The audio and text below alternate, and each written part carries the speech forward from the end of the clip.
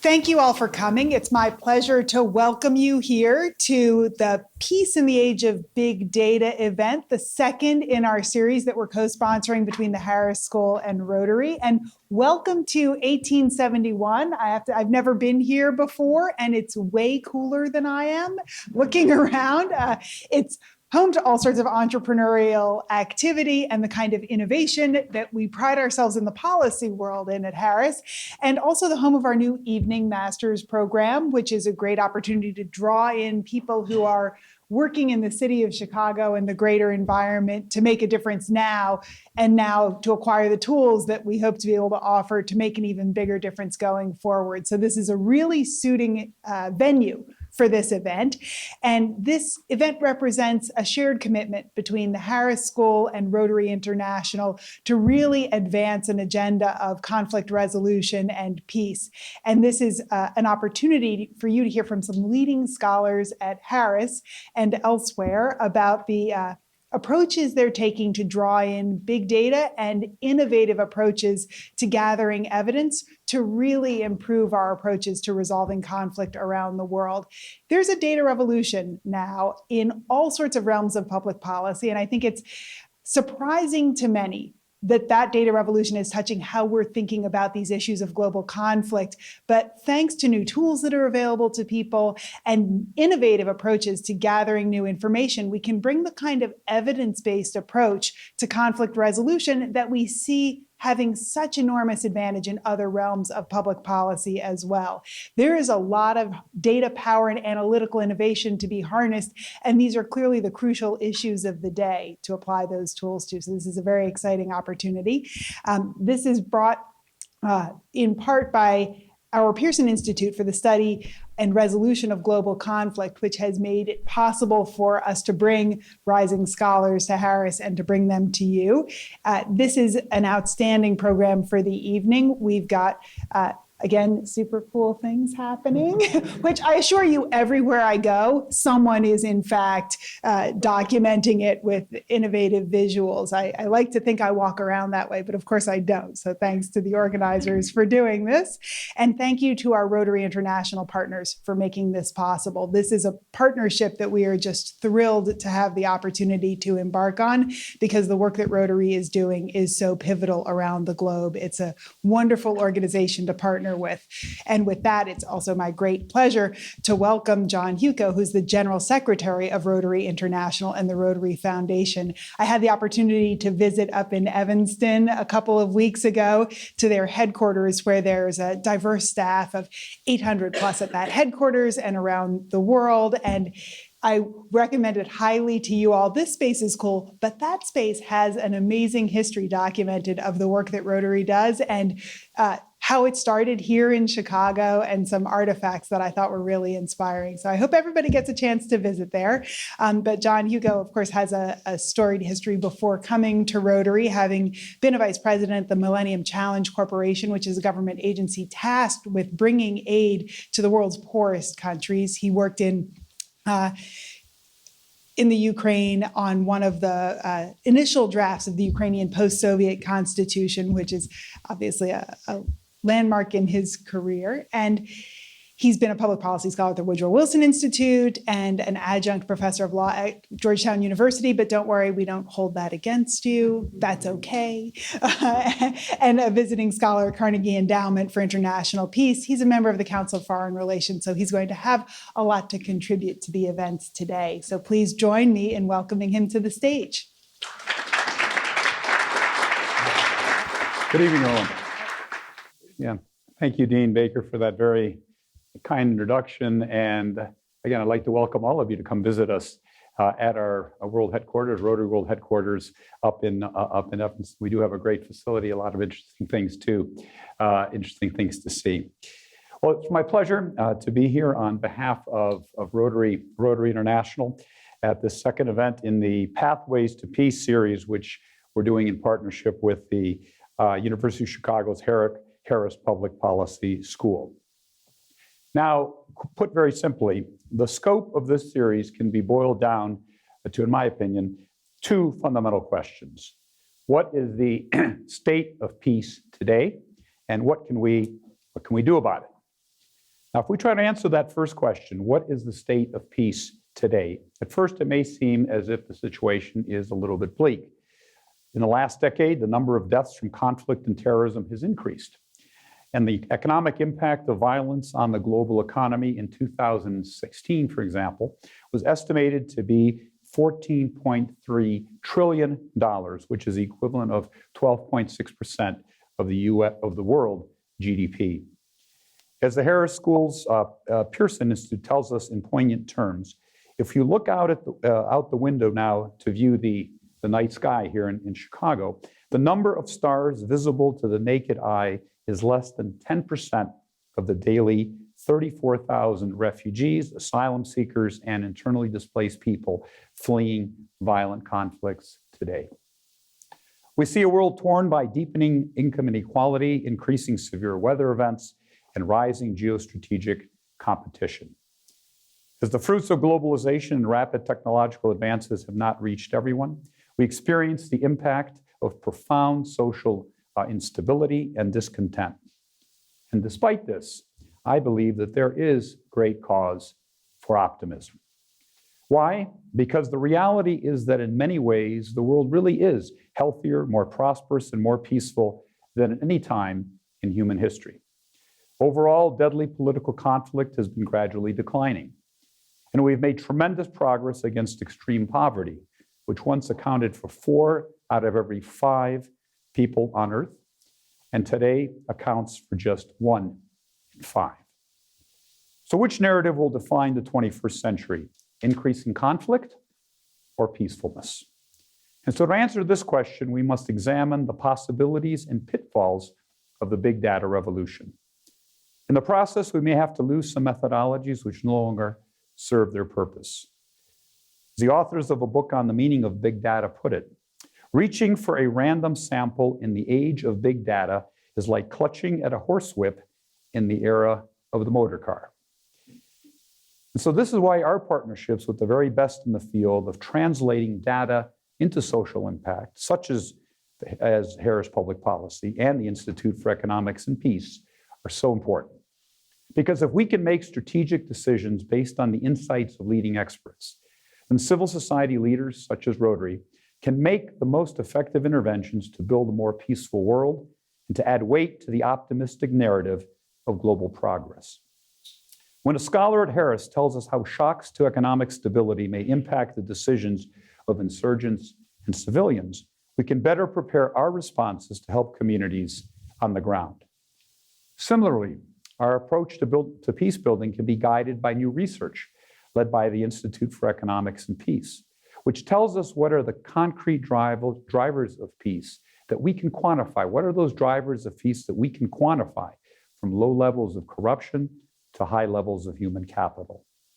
And through our global network, Rotarians are best positioned to bring about change and work for peace with partners at the grassroots level, using the new tools at our disposal, providing health services through cell phone technology in Pakistan, to improving water quality in the Great Lakes through a simple smartphone app.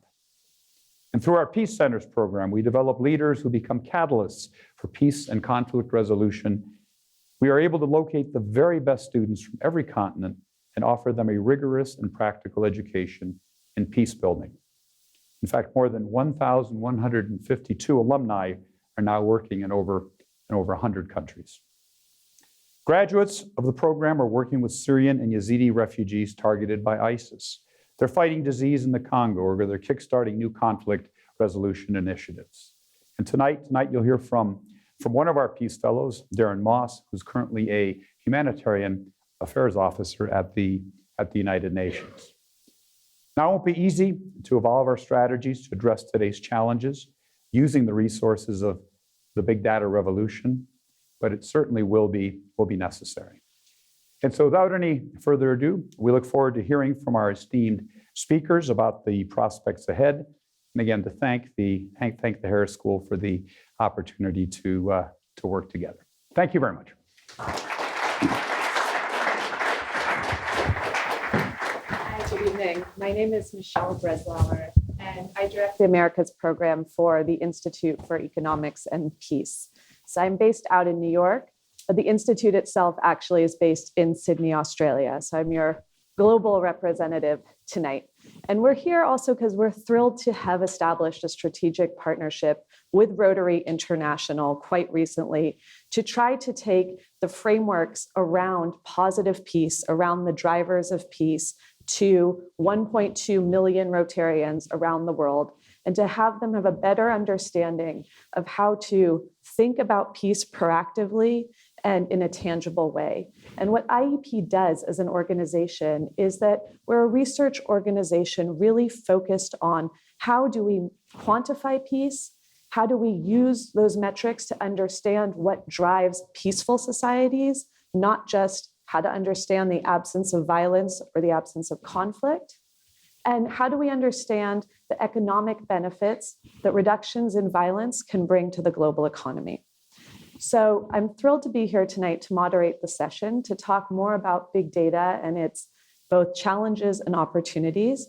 I want to invite everybody not only to follow the live data visualization, but to make sure to go online to submit your questions.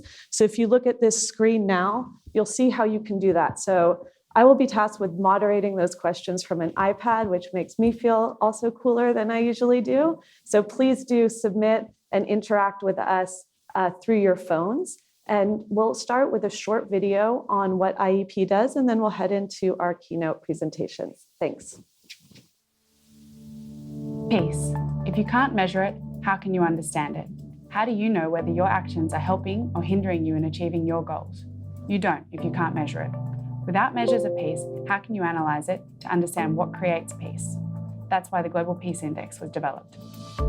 The Institute for Economics and Peace is an international think tank with offices in Sydney, New York, Mexico, and The Hague. We aim to create a paradigm shift in the way the world thinks about peace.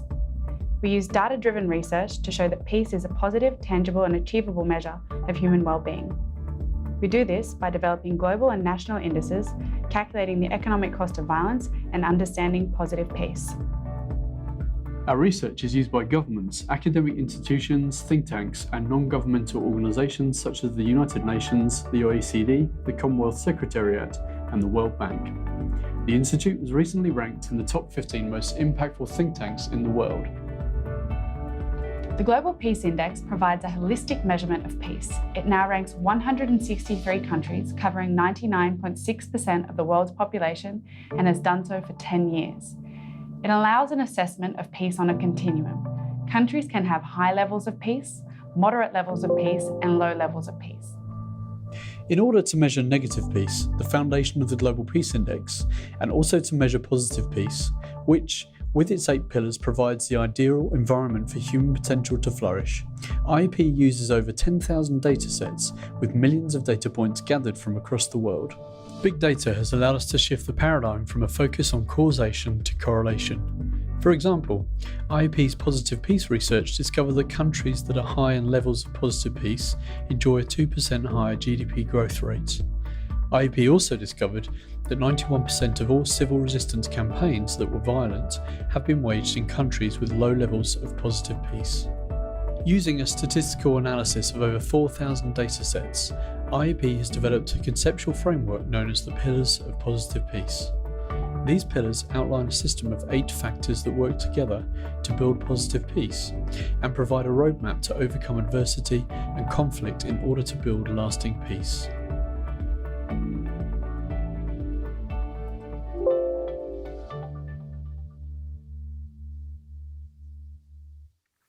So thanks again to everybody for coming out. Thank you to 1871 for hosting us tonight, and especially also to the Harris School at the University of Chicago for partnering with Rotary International on this exciting series.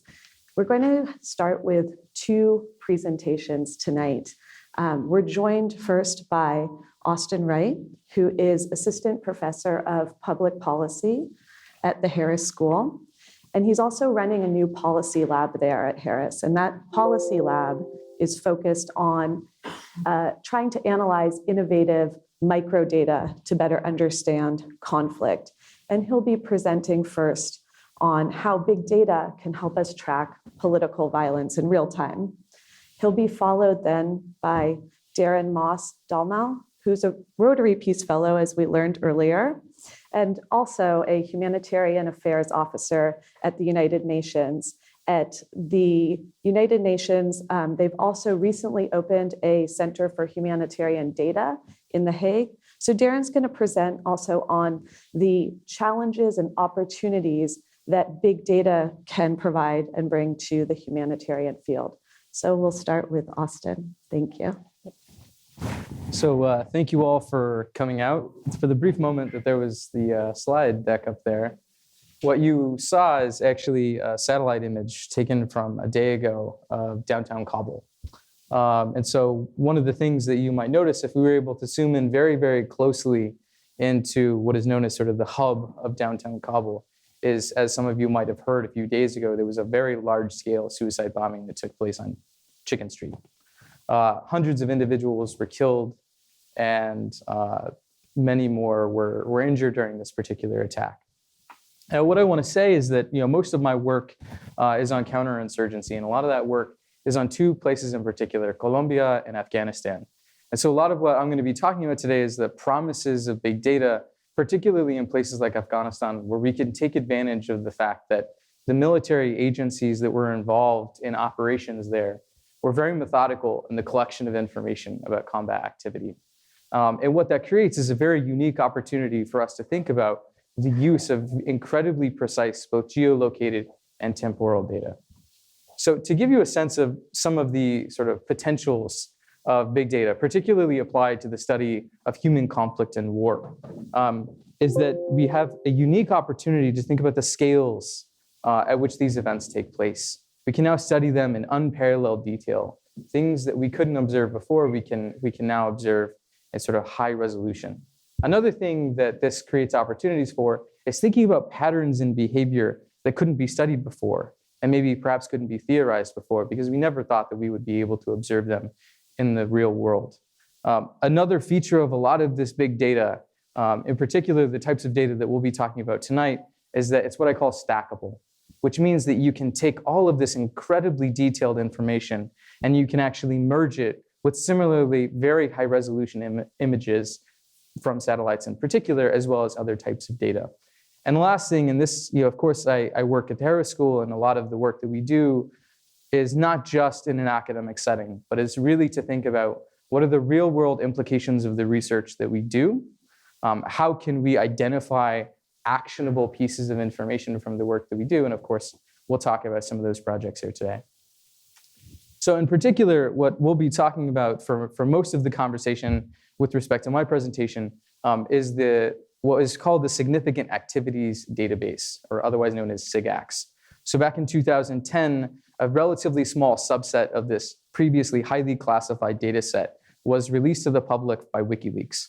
A lot of this information was cherry-picked in what was released, but in the very beginning of 2015, with the drawdown of US forces in Afghanistan, myself and a colleague were sort of at the right place at the right time as we put in a Freedom of Information request, and US Central Command released all of the data that they had collected on combat events in Afghanistan. And so one thing to bear in mind is that a lot of what this data is going to include is information that is tactical, information about things like close combat encounters, things like mortar fire and rocket fire. But it's also going to include events like improvised explosive devices, which is something you all have probably heard of before, IEDs. And in the case that I told you, that initial slide of downtown Kabul, what you would notice if you drove down many of the streets of downtown Kabul is there is still reconstruction taking place because of how pervasive the IED has become in this context. One of the features that makes this data so incredibly useful is that as a part of this initiative, the investment in collecting all of this data, each of these units were assigned a GPS transponder, which means the geotag for each event is precise down to roughly the meter. So we not only know which road was affected by an IED, but we also know which side of the road was affected by an IED. We also know information often down to the minute that the event occurred, which allows us to not only look at day-by-day variation, but in sort of new and unparalleled ways, look at within-day variation in the production of violence by insurgents. Okay, so what I'm going to show you here is how we can actually visualize some of the big data that we'll be working with in Afghanistan. And we're going to do that in 2 dimensions. I'm going to show you the geographic precision of the data that I've been working with recently, but I'm also going to show you the temporal precision. So this is a map of Afghanistan. The sort of red dots that you're seeing in the background, these are all individual combat events. And if you were to go into this and count up all of those individual events, you would find almost 500,000 combat activity events being recorded. And if we were to zoom into one of the most violent parts of Afghanistan, which is in Helmand province, this is what we would observe. What you'll see is actually you can already start to observe very interesting dynamics in the data itself, which is, as you might imagine, this is not a random spatial process. Most of these events are going to be happening off of roads. And so if we start zooming into, this is in particular is the Marjah district. So this is where Operation Mushtarak happened in early 2010, which was one of the largest battles in Afghanistan during Operation Enduring Freedom. You're already starting to see the structure of the road network. And this in particular is zooming into one of those locations that is particularly violence affected. And if we were in the background of that image to actually plot a satellite, what you would notice is this matches actually quite closely to that road network. One other thing that we'll talk about later on is that those fields that you're looking at, most of those are actually opium fields. All right, so this will give you a sense of the temporal precision of our data. This is a 24-hour clock, right? Where every line in this histogram, polar histogram, is a minute of the day. And it's a collection of all of the attacks that take place in particular minutes across the entire conflict. And so this is going to be the share of the events, and we're going to take a look at close combat, rocket fire, and IEDs. And what you'll notice is that most of this red portion is happening relatively early in the morning. And that's because a lot of the IEDs are planted at night, which is something that I take advantage of in my research in order to identify as-if random variation. And if we were to zoom in, you would start to see the sort of underlying structure, that there appeared to be sort of dynamics early in the morning that are interesting, that allow us to actually draw some really interesting dynamics. And now you can actually see the sort of minute-by-minute variation that takes place in this conflict. All right, so how exactly can we utilize this big data? So I've told you that one of the advantages of this new wave of data is that we can observe behavior at an unparalleled scale and with an unparalleled precision. But what exactly does that buy us? Right? So one of the things that I've worked on so far is thinking about, with this data, how can we study the evolution and the deployment of improvised explosive devices? So the most deadly attack in Afghanistan, the most deadly combat event in Iraq, have consistently been the deployment of roadside bombs. It's something that's incredibly difficult for us to address. And as a consequence, the United States and our allies have spent hundreds of billions of dollars trying to defeat the IED. But as you might imagine, insurgents are also responding strategically to the behavior of counterinsurgents. Okay?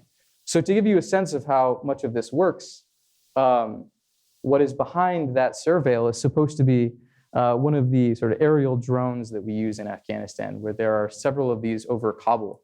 It's a high altitude balloon that allows us to surveil behavior. So there is a 3-step process that counterinsurgents have invested in. The first is you want to be able to identify individuals as they are planting IEDs. You want to be able to thwart them, to keep them from being able to plant them. And this is an example here. And this is one of the investments that was made. This is called a covert denial system. Many of you are probably familiar with the idea that you have a drainage pipe underneath a road. So as you drive over it, actually you're driving over a hollow space. It turns out insurgents recognize the strategic value of that hiding place for a bomb, and many of them will place them there. So what we did is we invested hundreds of millions of dollars into placing grates over these locations to be able to keep them from being able to physically place the bomb inside of the pipe. And the last thing, and this is probably the biggest investment that was made, is actually in the ability of forces in the field to neutralize an IED before it could go off to actually harm an individual. And so this is a mine-resistant armored vehicle right here. This is an MRAP. And what's on the front of this MRAP is a mine roller. A lot of the IEDs are used pressure plates, right? And so what that roller would do is effectively neutralize the mine or neutralize the IED before it actually went off and actually harmed someone inside. So what can you do with this information? So this is the approach that the counterinsurgents took. How can we take it to the data and learn from this incredibly rich information? One of the features that I haven't told you about is that effectively this data set captures the universe of all IEDs that were ever deployed in Afghanistan. We know locations where safe houses were raided and bomb materials were taken by counterinsurgents. We know locations where bombs were planted but were not able to go off because they were able to neutralize them before they detonated. And we also know locations where the IEDs did detonate, and conditional on detonating, what are the outcomes of that detonation event? Was someone injured? Was someone harmed? And who in the field is actually harmed by that? So what we're able to do is we take it to the data and we can visualize some of the trends. And this is showing you some of this information starting in about 2006 to the end of Operation Enduring Freedom, which was the end of 2014. And what you'll notice in these plots is on the positive side, these are actually detonation events, some of which were successful in the sense that they were harmed either counterinsurgents or damaged a vehicle. Some were ineffective, which is to say the bomb went off, but effectively nothing happened. Below this line, right, is all of the counter IED force that was brought to bear on the insurgents. So these are all locations, these are all instances where an IED was neutralized in the field, which is to say it was found and cleared, or that it was actually a cache discovered. It was a bomb that was never allowed to go off because it was captured material. On the right-hand side, what we're showing you here is some trends within those effective IEDs. So the IEDs that actually did go off, right? And what you'll observe is that this purple portion here, these are all the events where individuals were actually killed during the course of the IED, right? And if you were to add all of these up, right, these are hundreds of events where an individual was killed by insurgents during the course of Operation Enduring Freedom. So what can we learn from this kind of data? Well, one of the things that we're able to do precisely because we have all of this information is we can look at trends in the variation of the effectiveness of IEDs over time, right? And so this is that trend. This is effectively breaking apart IEDs that exploded, IEDs that were found and cleared, and places where caches were discovered. And what you'd notice is there is a constant movement up and down, up and down, up and down throughout the course of the counterinsurgent operation. And that's because every time a counterinsurgent operation was successful, that is to say, we deployed a new piece of technology that neutralized an innovation on the from the insurgents in their bomb making, the insurgents would adapt to this change in counterinsurgent strategy. And so you see this sort of change that goes up and down, that previously we never would have been able to know before. So what does this suggest? Well, it suggests that even though in Afghanistan we had the most mechanically advanced fighting force in human history, insurgents using things as simple as plastic bombs could actually keep pace with this dramatic fighting force. And the important thing to think about here is that even though there is a back and forth swing in the effectiveness of IEDs, right, this doesn't necessarily mean that the money was wasted. In fact, if we look at a counterfactual of units that didn't have the same access to changes in technology, the casualty rate significantly increases over the course of the conflict. So that is to say, lives were saved, even though it appears the insurgents are keeping pace with counterinsurgents. So one of the other projects that I work on is elections that take place during war. And of course, this is an important topic if you want to build peace. Part of the consolidation of the modern state is the ability for individuals to freely and fairly elect their representatives. And so during the course of a counterinsurgency, you want to focus on securing the population such that they can become invested in the political system. And what this woman is holding here is this indelible ink, right? This woman has voted. And of course, in the wake of an election, you want to monitor the outcome to make sure that there is no fraud that takes place. Now in Afghanistan, bless you, they've had multiple competitive national elections. So what I'm showing you up here in this upper left-hand corner, the spikes in violence that are orders of magnitude, which is roughly 10 times more than a normal day, these are the national election days. So in some of these cases, the violence that is produced across the days is 2 orders of magnitude more than a normal day, roughly 100 times more than a normal day. Right? And so what our evidence seems to suggest, and again, this is only information that we can gather because of the precision of our data, is that actually the insurgents are incredibly calibrated in their production of their violence. Even though they're producing a surge in activity, that surge of activity is primarily concentrated as polls are opening, which tends to be when the fewest civilians are moving around on election days. we also find that civilians are significantly less likely in relative terms to be harmed on election days than non-election days, even though there's a massive swell in violence. Okay. We also find that this violence is incredibly disruptive. And as you might imagine, this is a difficult thing that was alluded to in the video that we saw earlier, sort of breaking apart correlation from causation. And one of the things that we do here is we take advantage of some of the natural experiments that are possible precisely because of the precision of our data. Things like knowing exactly when IEDs are detonated or knowing exactly when these combat events happen allows us to take advantage of things like nighttime cloud cover over the road network to be able to identify random variation in activity. And it also allows us to think about how can we use other conditions that might serve as tactical shields, like wind conditions or dust kick up on the ground. So what we end up finding is that for every one of these close combat events that happens early in the morning on election days, it translates into roughly 10% reduction in turnout at the district level.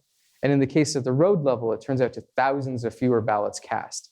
And as it happens, the individual who was primarily harmed during the most recent election was the eventual winner, which meant that the use of violence during that particular election undermined the mandates of the eventual president. So I'm going to focus on two final things because I'm running short on time. And that's one sort of project that I've been working on for a number of years now, which is how can we think about households at risk? And in particular, Afghanistan's primary export is actually opium, right? It's pervasive, it's illegal, which means that most of these families that rely on rents or rely on money sources from opium, their revenue is actually incredibly volatile.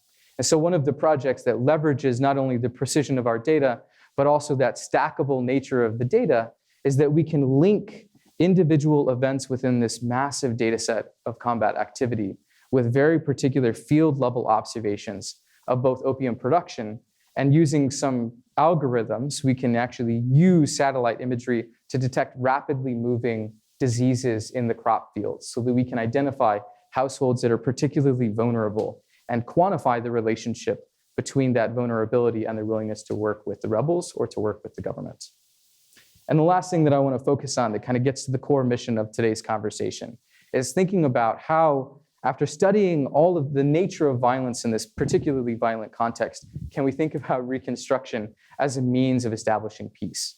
And in particular, thinking about the notion of using military aid as a means of rebuilding livelihoods, of transitioning individuals away from dependence on opium production and engaging the civilian population. And so what this is here, this is a map of Kabul as well, showing you some data that we can match with our combat records of individual locations of projects that have taken place between 2000 and 2014. And these are locations where the military has spent potentially millions of dollars reconstructing neighborhoods. And one thing that we find is that the more coordinated that activity is, the more focused that activity is, the more effective it is in the long run, and has the potential to be transformative. So what are some of the lessons that we can learn from big data? Well, I would say that one of the things that's really core is managing our expectations about what we can learn. But more so than managing expectations is actually managing the data, finding the right people to work with that can help you draw the strongest inferences from that data. And the last thing is remembering that as we work with this big data, we have to be incredibly careful with making sure that we're transparent about the way that we're processing it and think carefully about the potential biases. Thank you.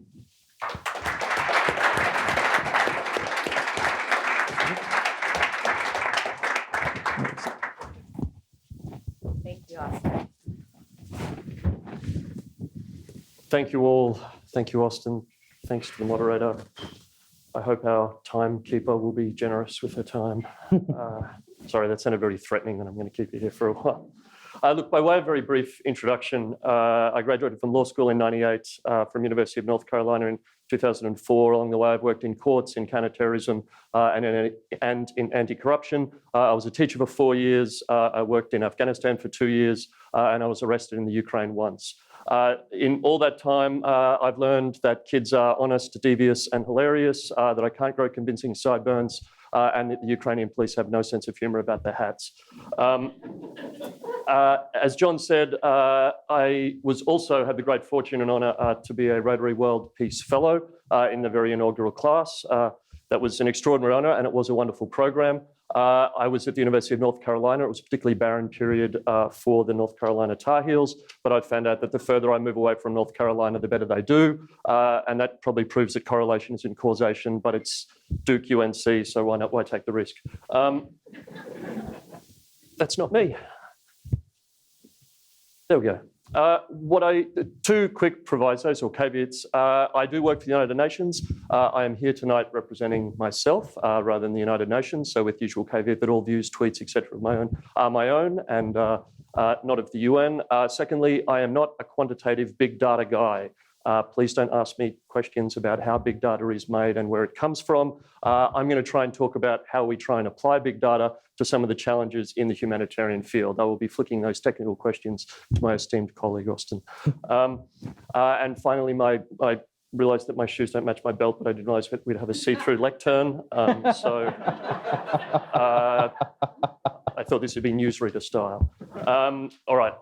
There are massive humanitarian challenges in the world today. There are currently about 135 million people in need of humanitarian assistance, and the need, as you can see, is growing and growing. I realise the last one says 105. That's because this is actually mapping out the number of people that the United Nations and the humanitarian field is trying to target, the most vulnerable of the vulnerable, and that is going up and up. If you put all of the people in the world who are in need of humanitarian assistance, 135 million people, that would be the 10th largest nation in the world. We now have, as John was talking about earlier, levels of displacement that are all-time high. 65 million people across the globe are displaced from their homes, 22 million refugees, 40 million internally displaced people. The number of conflicts has grown. From 2006, it was 278. To 2016, it was more than 400. There is a massive level of humanitarian need, and as a consequence, there is also a massive need for humanitarian funding. The total funding for 2018 is it's a terrible colour I chose, is $22.5 billion. If that seems like a large amount of money, and let's face it, it is a large amount of money. To put it in context, McDonald's operating budget is about $17 billion. The global socks market is valued at about $42 billion. Americans spend about $62 billion on their pets every year. And if trans fats, pugs and socks aren't a fair comparison, then the global military expenditure per year is roughly $1.6 trillion. So that's about 2.2% of global GDP. The ask for humanitarians is 0.03%. So it's a big number, but it's not quite that big. And it's also important to note that matching up the funding with the... Oh, we went too far. That's okay. Matching up the funding with the level of need, that humanitarians actually do a very, very good job. Last year, the humanitarian community managed to stave off 4 famines across the world. We managed to respond to a massive outflow of refugees from Myanmar into Bangladesh. And we also were able to respond and prepare for a series of serious hurricane events across the Caribbean. The big question then becomes, what can we do with data? And very quickly, big data is obviously very, very big. So what we're looking at is about 2.5 trillion gigabytes of data created every day. It's estimated that in 2014, 90% of the world's data at that stage had been created since 2012. So the exponential increase in the amount of data that is available in the world that humanitarians, peacekeepers, academics, everybody else in the world can potentially tap into is simply enormous. The big question then obviously becomes, there's a massive humanitarian need, there's a massive amount of data. The big question is, how do we bring those two things together so that we can actually create better outcomes for those people who are in need? Let's get on to that. I'm just going to run through, I guess, a couple of ways in which the humanitarian community is currently using data, using satellite imagery, using telephone data, using crowdsourced social media, using a range of different data sources to address some of those massive problems that are affecting 135 million people across the globe. One way in which that's happening is through the use of mobile phone data. I think I threw up before, but I didn't say that there are currently 8 billion mobile phone subscriptions in the world. That's for a global population of about 7.6 billion. They reckon by 2030, there will be 17 billion mobile phone subscriptions in the world for a population of about 8.5 billion. So that will be, on average, if my maths is right, exactly 2 mobile phone subscriptions for every man, woman and child on the planet. That's a lot of phones. That data of who has the phones and how they're using their phones can be particularly useful. So a group called Flowminder in 2010, in the wake of the earthquake, the terrible earthquake in Haiti, realized that they could use mobile phone data to triangulate where SIM cards are to track population movements. So they could track where population movements were prior to the earthquake. And then by using 1.9 million records from Digicel, the main mobile phone provider in Haiti, they could track where people were moving to. And they estimated they had about an 85% level of success in predicting where people were moving to after that sort of natural calamity. In 2016, when Hurricane Matthew struck Haiti, WFP approached Flowminder again to say, can you tell us, can you use that particular use of mobile phone data and modeling to tell us where people will go and where people have gone in the wake of that particular event? They did that. That's an example of the map that they came up with in terms of population differences before and after the event. And WFP and the humanitarian community are able to use that data to then work out where are the gaps in need, where are people going, therefore where are people more likely to be, where are services more likely to be needed, and to try and get there quicker, faster, and thereby provide humanitarian assistance to people who, after a particular event like this, are the most vulnerable of the most vulnerable. Secondly, social media can also be used, and social media can be used for a lot of things. You don't have to spend too much time on Twitter to realize that probably not for some good things a lot of the time, but nonetheless. In the wake of, it was called, I'm just going to read here, Super Typhoon. It was a Category 5 Super Typhoon Pablo, or BOFA, in 2012 in the Philippines. The OCHA approached what was called the Digital Humanitarian Network, which is a network of networks of technical data communities, and requested that they analyse social media posts in the wake of the passage of that particular event across the southern Philippines to try and work out where were the needs based upon what people were saying, where they were at the time, and what they were reporting. In 24 hours, the Digital Humanitarian Network analysed about 20,000 plus tweets and social media postings. They were able to winnow that down by looking at geodata, whether they actually provided information on where they were, what they were, and what they were seeing. And they're able to winnow that down from 20,000 tweets down to 138 verifiable tweets, where they could put them in a certain location, where they could verify that a certain thing happened. And from that 138 tweets, they then provided that within 24 hours to OCHA, who were able then to provide what was called a social media mapping that basically set out where there's been infrastructure damage, where there's been deaths, where people are in trouble, where roads are washed out, where there's flooding, et cetera, et cetera. And that, when you're making an analysis of where people are in need and where people need to be responded to and what needs they have, that's a particularly valuable tool both for the humanitarians and for the government involved. Crowdsourcing can also be used, and a group called Usha Hindi, which was a Kenyan nonprofit tech company in 2008, they developed an open source crowdsourced mapping tool, which would take people's tweets, emails, and other information that they sent in to provide information on where there was electoral violence. The same tool has then subsequently been applied to violence in Syria, and it's also been applied to needs for people following the earthquake in Nepal. We can also use data, and OCHA has been using data, and the humanitarian community has been using data in Somalia to respond and try and prevent the famine outbreak in that country in 2017. So the humanitarian system at that stage mobilised to avert the threat of famine, and they adopted what's called cash-based assistance. So rather than providing bags of rice and actual material food, they were providing cash assistance because markets were still working for people that had been displaced by the threat of food insecurity and by conflict, and those people could actually go to the markets and buy what they needed, both food and non-food items.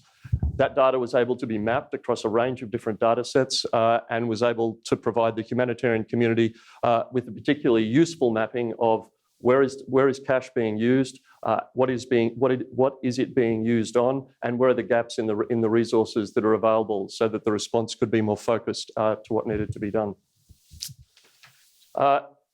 And finally, turning to Bangladesh, this is where a lot of, particularly the satellite mapping that Austin was picking up on, as well as a lot of the other sources that I was talking about previously, have been put into play. In Bangladesh, we now have a situation where around in excess of 688,000 people, mostly by far the Rohingya population, have fled Myanmar and have ended up in and around a place called Cox's Bazar. There is an enormous refugee camp. Basically, 688,000 people is a city larger than Boston suddenly turning up in a single location in the space of weeks and months. That's an enormous logistical challenge. And this map shows one part of one of the camps and shows what was happening through satellite imagery in October, and then what was happening basically a month later. And you can see that there's a significant level of growth and in where there are settlements and where there are houses and buildings for people to stay in. And that can then be translated into maps that also map out where there are services. This has also been done through the IOM and the Humanitarian Data Exchange, have taken a lot of that data that matches satellite mapping, then with service provision, with where there's water, where there are toilets, where there are latrines, where there are health supplies, where there are shelters for those people who need protection, and they're able to map that out onto a single map that once you, and my maps aren't fancy to actually go down, but slide by slide, we can get closer. And it gets down to the point of single buildings with sanitation facilities, with water pumps. And that allows the people who actually have to manage a population of 688,000 plus to actually work out how they can provide humanitarian services to those people who are critically in need in these areas. It's also worth noting that the actual provision of humanitarian services to the people in Bangladesh is actually in excess of 688,000. It's closer to 1.2 million when you take into account the pre-existing refugee population and those host communities that are actually taking in some of the refugees in that part of the world. So that means forget about being Boston, forget about being San Francisco. That would in fact be a city the size of about the 10th largest city in the United States, popping up within the space of a couple of months. As you can imagine, that is an enormous logistical challenge. If everybody arrived and they were well provisioned, these are people who are arriving under extreme duress, massively traumatized, no food, no clothing, no housing. So the actual impact of being able to map that out and map out the resources that are needed and the resources that are available and where they need to go is simply extraordinary. Very, very quickly, and I know that I'm running short on time. Turning very quickly then to what are some of the challenges with using all of that data. And I've just highlighted 4 of the challenges: protection, the deluge of data, data inequality, and the final one, data distortion. In terms of data protection, it's important to remember that in any humanitarian operation, whether you're using big data or whether you're just simply walking supplies in from one point to another at the most analog and simple of the ways in which humanitarians respond to need, there are 4 humanitarian principles involved: humanity, neutrality, impartiality, and independence. And we have to be careful that when using data and using big data, that the response is mapped out to the humanitarian principles and isn't mapped out to whatever the needs of the data may be. So that particularly includes the do no harm principle, that we have to be very careful that when using data and technology we must actively avoid using it in such a way that it creates additional harm or threats to people. So in particular, that means data has to be anonymized, data has to be protected. There have to be protocols around the use of that data so that if it's used and publicized in somebody else's hands, that's not going to cause a particularly vulnerable population more trouble than they are already in. We also have to consider how the data might be used or misused. We need to ensure that the data won't inadvertently benefit other parties to the conflict or inadvertently enable them to further victimize people in need of protection.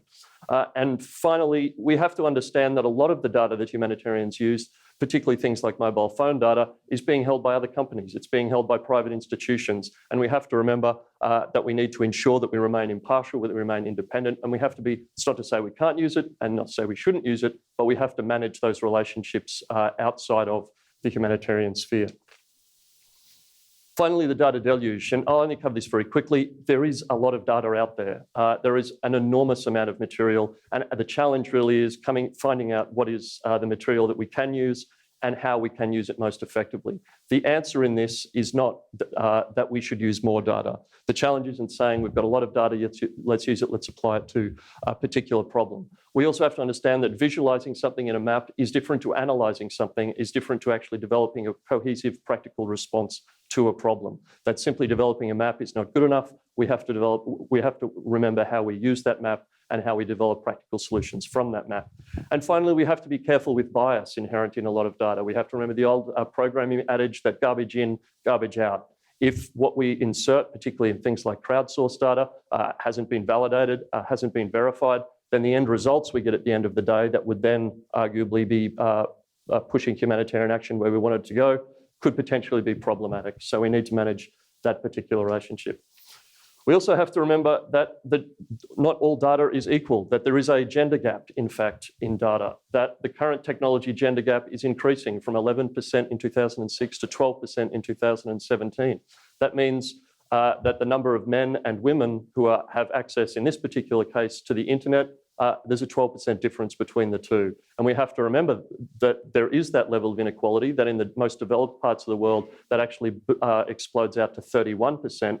If we're using big data and we're using things like the internet and mobile phone data, that may be a bias that we have to take into account. And finally, data distortion. And what I mean by data distortion is we can't let an emphasis on big numbers alienate us from the very fact that we're dealing with people and we're dealing with communities. It's very dangerous to try and alienate or have humanitarian workers who fundamentally need to be dealing with people and people in particular need, to just reduce all of that ultimately to numbers and statistics. Numbers and statistics are great, and we need to use them, and we need to use them carefully, but fundamentally, we can't let that distort our view of the world and forget that these are very human problems, very human stories, and if we are advocating for people to engage with that in our comfortable environments, then we need to remember that the humanitarian side of the issue is the most critical, and we need to make sure that the data is not driving us, but is driving better solutions to affect those people in need. Thank you very much.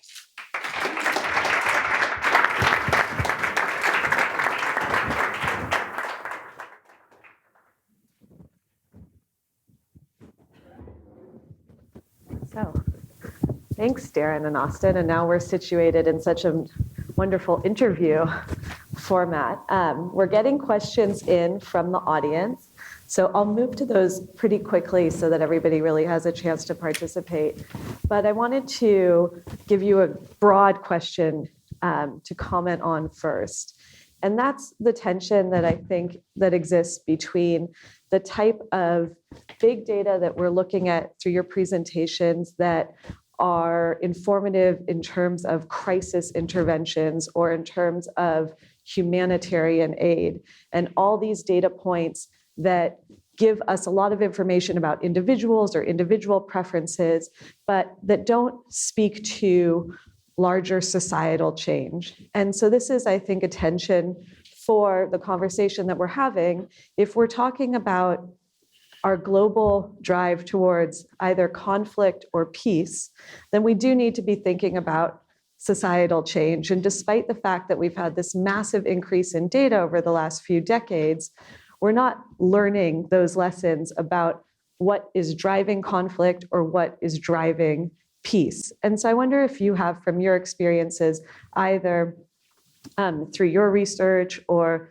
through your UN experiences, any sort of reflections on where the big data conversation can go to rise up from just the individual level and solve world peace at the same time. Yeah. Yeah, so I guess I can sort of speak to how my research intersects with this question. I think it's a really important question, which is, if I could rephrase, something along the lines of thinking about how can we take all of this information that we are finding, all these results at the micro level, how do we sort of leverage that up so that we can study macro level change? And I think it's an incredibly important point. And the hope is that from a lot of the work that we're doing in these fields, right, and a lot of the work that the United Nations is doing in their efforts, is that we can take information from the micro level and learn general principles about behavior, general principles about how communities respond under duress. And although it's not necessarily at a societal level, it allows us to think carefully about how do we optimize policy interventions in sort of otherwise very volatile settings. How do we think about sort of enacting macro level change that we know is going to have local level variation? How do we think about those effects? And that's kind of the hope of the work that we do, thinking about leveraging all this incredibly precise data, finding these very important relationships at a local level, that hopefully those sort of translate to sort of more generalizable findings. Right? Aaron, do you have anything to add? I think only, I guess, to comment on, in some ways, the flip side of that, which is how do we make sure, and I think I touched upon it a little, how do we make sure that all these vast and variable data sets that we have in the humanitarian world, at least, can actually come together to form a cohesive whole, form a cohesive picture of a single intervention. And that certainly is some of the work that's being undertaken through the Humanitarian Data Exchange and through the Centre for Humanitarian Data in The Hague, is to try and bring together practitioners and try and bring together various data sets so that we can actually, rather than having 250 individual data sets dealing with a range of different problems, try and actually bring some of those together to form a much better coordinated, holistic picture, even if it is of one particular humanitarian challenge. So I think that is working very well, but there's always still a lot of room to move. Well, it kind of leads to another question that the audience has been asking, which is there a role for local communities to use big data, or is this just something in the realm of policymakers, government, or researchers? I mean, I would say absolutely. I mean, I think that the same lessons that apply to government would equally apply to local and community organisations. And I mean, one of the benefits of a large amount of this, a large amount of data, is that a lot of it's actually publicly available these days. And so the barrier is less so access to the data in a lot of ways, and more so developing a skill set to be able to interpret that data. So for local organisations, be they in Chicago or be they in Mali or be they, wherever they might be, those organisations may potentially now have the capacity or have the ability to access the data. But the real challenge for those organisations in terms of using that and working out how they can apply that to local challenges that face them is developing an ability to parse that data and work out what it means. And that's a significant challenge. Yeah, I mean, I think that's probably one of the biggest challenges at the local level, is making sure that you have the human capital to actually be able to work with the big data, that you have individuals with the skill set to actually run the analysis. But that might not actually be the most pivotal role that these communities can play, in my mind. I think the most pivotal role, as Derran touched on, is that these communities can provide information through crowdsourcing, through open source platforms, that give us much more information, incredibly rich information that we can link up, right, in stacks with other types of information that we can use for validation, right? So the example that Derran gave, right, about using all of this information from social media that could be validated across multiple sources, that's how I think communities can play a particularly important role. And of course, from a lot of these macro level studies, we can take information that's relevant at the local level. And so there's a lot of work that's been done to sort of map out some of the refugee camps in Bangladesh. And there are sort of neighborhoods within these communities that now know where the closest latrine is, right? Precisely because these maps have been published. That now know that the well that they've been using is potentially contaminated with E. coli, right? Precisely because these maps have been published. So, on the local side, in terms of doing the analysis, using the big data directly, there's often a human capital gap, right? That's why we want to study these locations, but they can still use the sort of outcome of the research, and they can still be really critical in the process of shaping the work by being another data input. So speaking of more of the local level, there's a question of how is the city of Chicago using big data? Because obviously there's applicability for us here too. Mm-hmm. And we're joined by the Chief Data Officer tonight for the city of Chicago, Tom Shank. So if he could, I don't know which one that is. Hi, Tom.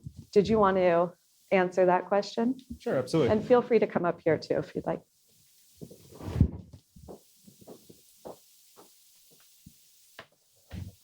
Good evening. For the City of Chicago is the first city to ever have a municipal chief data officer.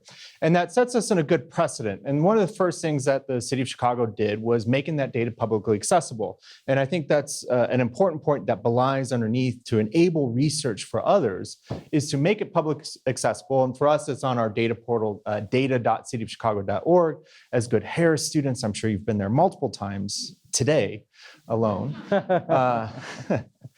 Where you can see information to enable research of others, to enable our own research at some times, to allow us to have open discourse and conversation, let alone that's important. I'm sure the panelists would agree about internal transparency as some of those important benchmarks around democracy, around progress, so others can also see, validate data and talk about things such as crime, such as being able to perform on filling in potholes and all these different civic services. But that's only one bit of it. The second bit of it is actual use and operations of data. We use that to help drive operations. So we use data to, for instance, as trivial as trying to predict which restaurant is going to fail a food inspection, and how do we allocate our workforce based on where we think something like food poisoning is most likely to occur. We use it to predict whether or not where West Nile virus will be to spread the impact of disease. Now, as a developed city, as a developed nation, the disease doesn't have such a negative impact as it does, in, I'm sure, in many developing nations, which can send it sideways.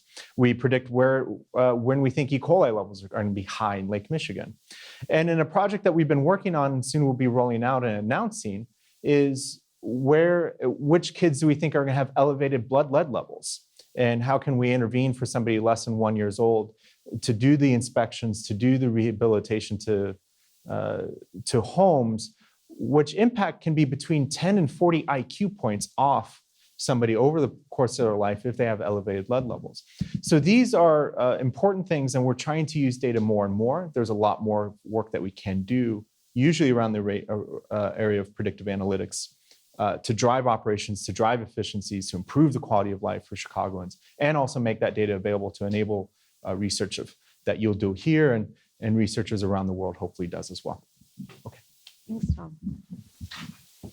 So we've gotten a lot of questions asking about the downfalls and challenges of big data. So put us in the negative space for a moment.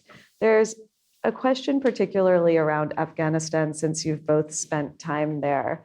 And do you have examples of situations where big data didn't accurately depict the situation on the ground?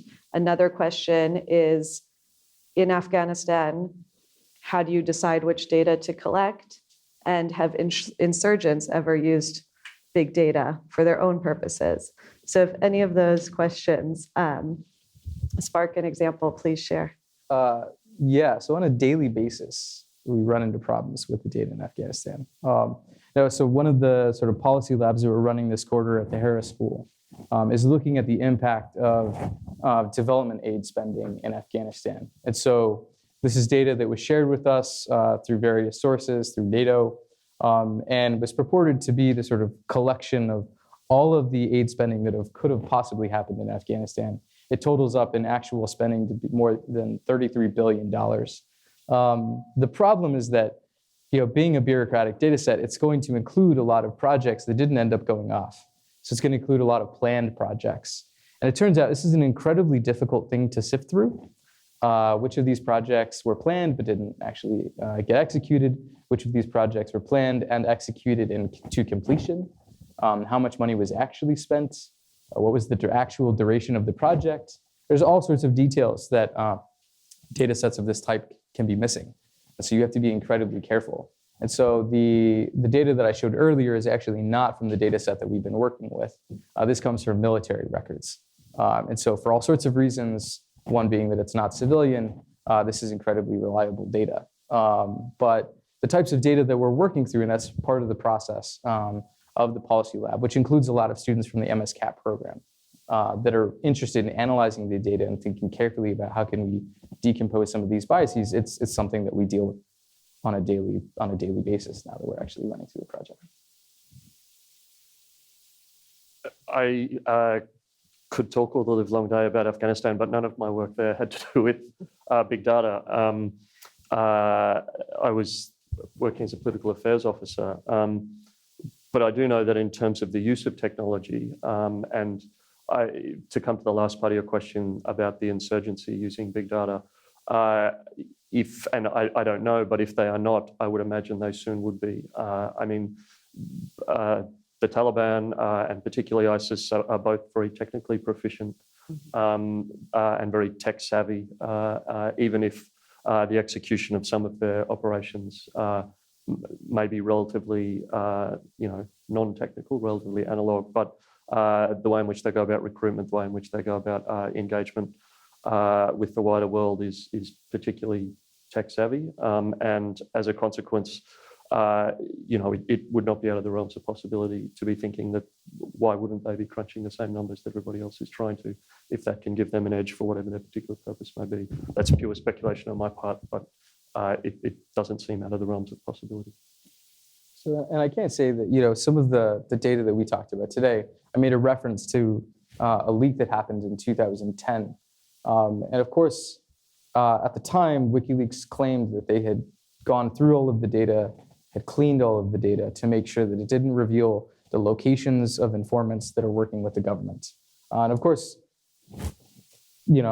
through information from my local partners, it was clear from the consequences that some of that information was not redacted, that some of that information was left behind. And that, I think, gets to a lot of the points that Derran was making in his sort of conversation with us about being incredibly careful with the data. This is an instance where an organization claiming to support transparency sort of opened up and created some extreme vulnerabilities for populations that may have had long-run consequences on the willingness of these populations to work with us. And one of the things that was in the data that was released to us from Central Command was a lot of information where we could track potential informants. And we've been incredibly careful never to release this data publicly. Yeah, and it just goes with the territory. You have to be very careful. So there's a few questions about access to data, and I'll try to group them. One is addressing data privacy concerns and privacy laws. Are these becoming an obstacle for your work and for data use, particularly for humanitarian purposes? How do you gain access to protected data? Another question is about how do you access data held by the private sector? Are social media corporations, for instance, open to sharing that data, or is this something that is very difficult to be able to acquire and use?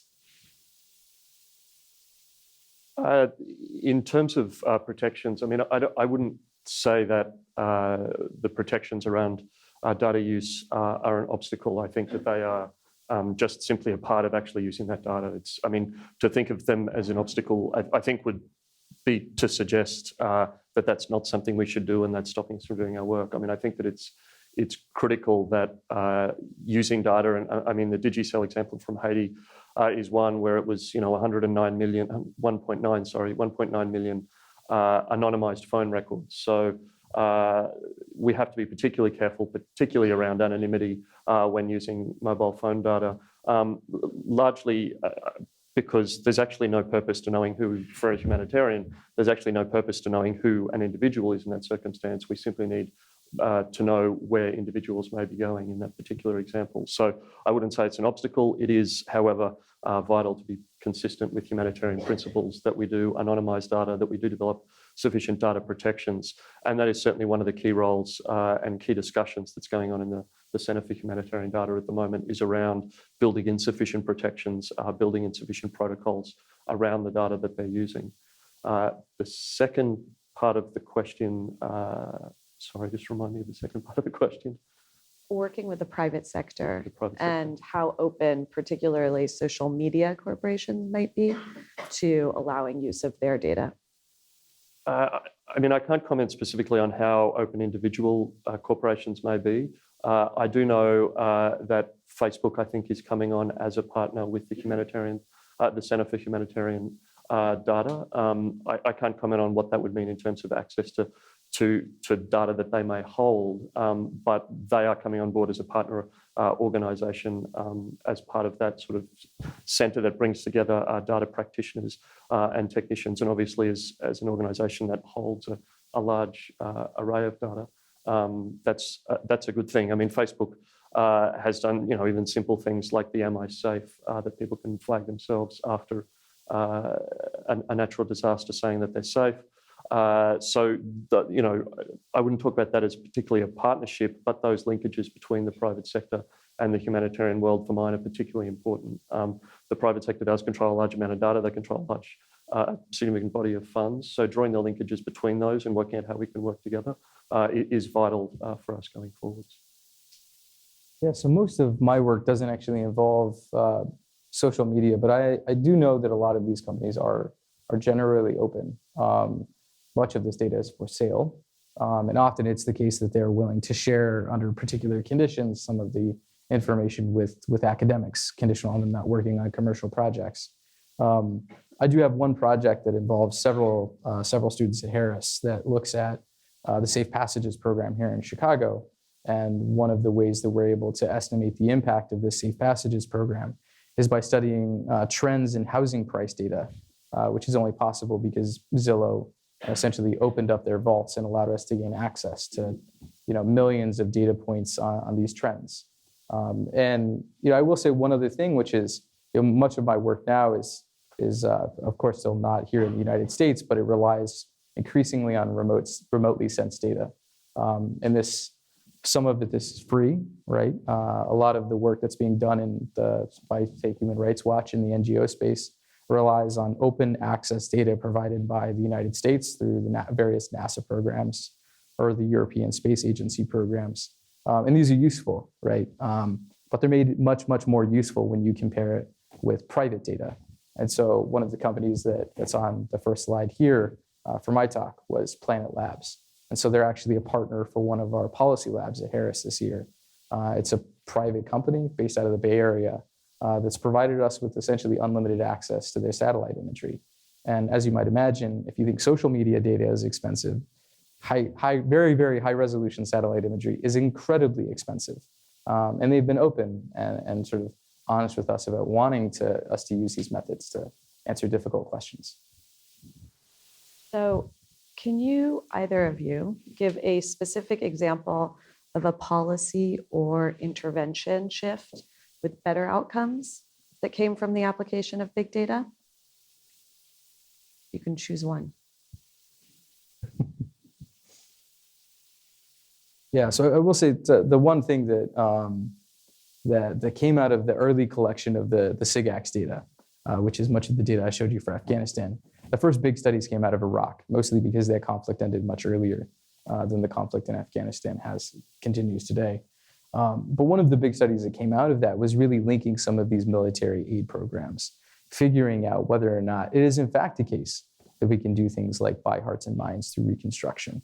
And what they found is that generally aid is effective. It's particularly effective if it's focused. It's effective if it's small. It's effective if it's happening in a relatively secure environment where it allows us to stabilize these communities. And yeah, so this was one of the first really big insights that came out of the Iraq War. And of course, it generated a whole lot of information about thinking about interventions in Afghanistan. And I think it will continue to guide at least the US counterinsurgency policy moving forward. I think I'd probably reiterate the example I gave in Somalia in terms of the prevention of famine. I think that the use of big data and the use of the data sets that was drawn out of those and the ability to coordinate and bring together a group of disparate data sets to provide a better picture, particularly of, in that case, the level of food insecurity and the places in which the humanitarian community, the various different partners within the humanitarian community were using cash-based assistance. I think that was critical, one of the critical elements in staving off famine. I mean, there were 6.7 million people at risk, 900,000 people were at emergency levels of potentially heading into famine. And the coordinated effort and the ability to coordinate a whole range of humanitarian actors to map that out, to say where are the needs, to say where do people need particular kinds of assistance. And then at a second level, to actually make some of the payments by mobile phone. So as opposed to giving people literal cash, to give them e-cash by mobile phones for people that were in need, to be able to use that at the local markets, which managed to survive the conflict and are particularly resilient and were still operating. That was critical. And then the monitoring aspect as well at the back end, to be able to see where that money was being spent, where it could be utilised better, which communities were in need, and the capacity to determine where funds from donors were then being spent. All of that comes together to be a really innovative way of taking a massive problem, potential famine in Somalia, and applying a significant amount of data to it to develop a new and innovative way through a cash assistance program. So I wonder if this is a question for the Harris School, but how might volunteer data scientists and analysts support your work remotely? Can they be part of your lab? Yeah, I mean, absolutely. I think that there are all sorts of ways for individuals who are interested in supporting this kind of work to get involved. Of course, one of them is sort of joining us as a member of the policy lab, and in particular, much of the sort of policy community would like the opportunity to have 10 to 20 well-trained students sort of tackle a big task for them. So this year, we're sort of running at one for a private company, Planet Labs, and another for the U.S. State Department. So if there are private individuals that also want to join in on that effort, they're more than welcome. I would say that if I were to sort of plug us, I think that this is really an opportunity to think about, if you are interested, if you want to be sort of a volunteer scientist, why don't you actually take advantage of the resources available at Harris and think about, if you really want to have that kind of impact, how can you maximize the impact that you can have? And I think that, if this conversation that we've been having today is sort of any evidence, you can maximize your impact by thinking carefully about how you can use rigorous evidence-based evaluation of policies to change dynamics on the ground, right? And to get to that very first question, not only to think at the micro level, but to think about the general principles and to think about how we can actually change things and optimize policy interventions even at a societal level. Derran, I'm also going to give you a chance to plug the work of the United Nations by asking, do you find that big data can be misleading without field-based context? How does the UN complement the two? It's a very good question. I think the answer is potentially yes. OCHA, the Office for the Coordination of Humanitarian Affairs, where I work, we have offices all around the world, or staff that are working all around the world, both international staff and national staff. Our work is fundamentally to work very closely with other humanitarian partners, and particularly with NGOs on the ground.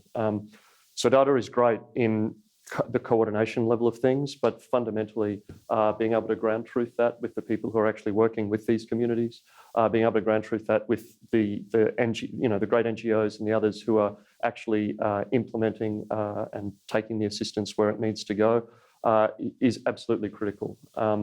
And I guess from an advocacy point of view, and I touched upon this earlier, from an advocacy point of view, it's vital that we can actually, we as humanitarians can actually show the international community what is the human face of this particular challenge. These are individuals who are in particularly vulnerable circumstances. They have protection needs, they have food needs, they have housing needs. Being able to put a human face on that to say, this isn't simply a data challenge, this is a very human challenge, is massively more powerful when fundamentally it comes to mobilizing the resources to be able to respond. And that's the great thing about data and the information that we have at our fingertips is that it brings visibility, that we have a greater visibility to see what's happening in the world, to understand what's happening in the world, to analyze what's happening in the world, and to apply all that to actually helping the individuals involved. So it's critical that we have people on the ground, and certainly the people that do the best and the greatest work in my office, I would say are not me and the other people sitting comfortably in New York. They are the people who are out in the field, who are working day and night in particularly trying circumstances, but to help those people who are in desperate need. And the challenge is combining both that on the ground human experience with a tool, which is what big data can be, to actually create better results. I think that's a really great point, because we've had another question that I think was answered a little bit just now about the big data versus common sense. And, when is big data most useful? You have to have both inputs. So we're going to have our final question and comments. And again, I'm going to combine some. The question is, what is the next big data source to be tapped as technology becomes more ubiquitous? And then I'll add my final question, which is either answer that or let us know what you are most excited about as the next stage of either big data or your own work. Well, that's a good question. I think the reality is that our identities are becoming more and more linked with technology, and we now have an identity sitting here in the corporeal form, but we also have a virtual identity picked up from the myriad of different data sources that invariably sit in the tiny little phone that we put in our pockets. And I think that going forward, it's actually going to be taking those virtual identities both as a whole and all the various parts of them, the financial part, the social media part, and actually working out what to do with it, because there's a vast amount of information out there now, and that is only growing, I think, exponentially, but actually sensibly, as you say, with a common sense approach, working out whether that's useful to apply to the challenges we have, or whether that ultimately, a lot of that may be actually background noise. So I don't know what the new source will be, but I think that it will be, I guess, all the various different sources that now exist starting to coalesce into a much more, solid identity for individuals, would be my initial thought. Yeah, so it's funny because I was actually talking to John earlier about a project that we're launching in Mumbai, myself and Anu Milani, who's at the law school, and Adam Chilton. And I think having satellite imagery is incredibly useful. The problem is that the sensors on these satellites, they are in space. And even if they're incredibly precise, we can only get so far down. The resolution can only be so high.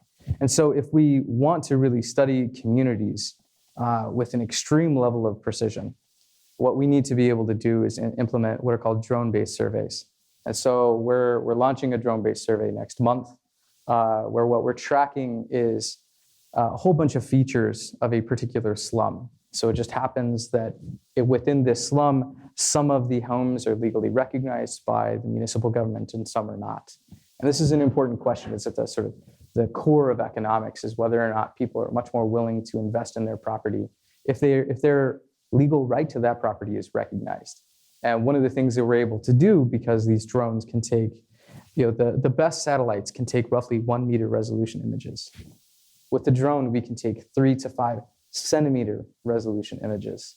And not only that, but we can combine it to construct a 3D model of this slum, such that we can do things like calculate building height and quantify the number of satellite dishes, and think about quantifying the scale of water tanks.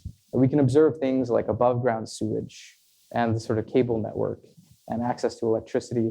And we can analyze things from these images about road quality that we could never do before, right? And so I think that's sort of one new frontier that is untapped. And of course, with that, it's rife with concerns about privacy, and it's rife with concerns about who will be able to access the data and whether or not it's allowed in the future, right? And I think there are a lot of really important questions to ask about whether or not we should be using data of that precision. But at the same time, the opportunities for us to learn really fundamental things about the way that people respond to legal recognition of their right to property is something that we'll be able to study using this sort of new method. Well, thank you. And thank you both for sharing your work and your presentations. It's clear from the conversation that big data provides a lot of opportunities, but it's nothing without people power. So there's a role for everybody here, and there's 2 institutions represented for those who are looking to enhance their skills and enhance their careers. I'd like to thank again 1871 as a host. You can look at the recap of the conversation that Ink Factory has worked on throughout our discussion. And I'd like to thank Rotary International and the Harris School as well for having the Institute for Economics and Peace here. And we'll hand it over to John Huco to close us out. Thanks.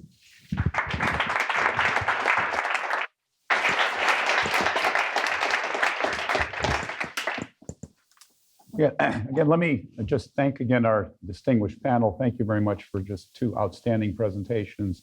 Michelle, thank you for a great job in moderating the panel, and again to the Harris School for partnering with us at this event. I think you summarized it well in terms of I think with this discussion we've just scratched the surface in terms of the issues, the potential, the use of big data.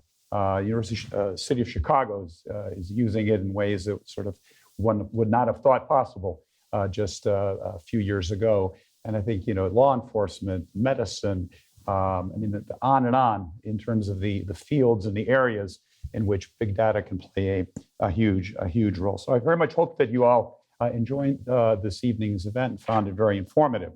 Now, this is the second of a three-part lecture series, and our third and final lecture event will take place on April 10th at Rotary International Headquarters in Evanston, and it will be featuring Rotary Peace Fellows and the first alumni from the University of Chicago's Pearson Institute Fellowship program. And so you can find out more about our Rotary Peace Centers program as we have brochures that are available here at this event.